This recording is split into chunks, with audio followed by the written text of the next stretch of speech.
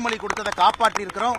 4981 ஏக்கர்ல மைனிங் வராது என்கின்ற உறுதிமொழியை கொடுத்தோம். அதை நாங்கள் காப்பாற்றி இருக்கின்றோம். நாளை அதிகாரப்பூர்வமாக மத்திய அரசு சார்பாக செய்திக்குறிப்பு வரும்.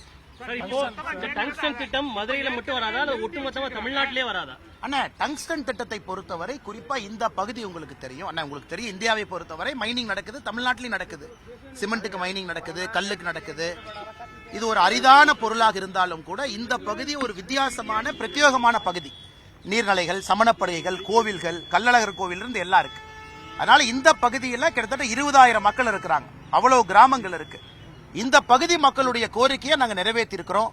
நாளை அதிகாரப்பூர்வமான அறிவிப்பு. இந்த திட்டம் வேறு பகுதியில் செயல்படுத்த வாய்ப்பு இருக்கா சார்? தமிழ்நாட்டுல வேறு பகுதியில் வேற பகுதியில் டங்ஸ்டன் இல்லைங்கண்ணா. இந்த பகுதியில தான் 2021 14 செப்டம்பர்ல ஜியாலஜிக்கல் சர்வே ஆஃப் இந்தியாவுடைய ஆய்வறிக்கையின்படி இங்க டங்ஸ்டன் இருக்குன்னு கண்டுபிடிச்சு ரிப்போர்ட் கொடுக்குறாங்க. அதன்படிதான் ஆக்ஷன் நடக்குது.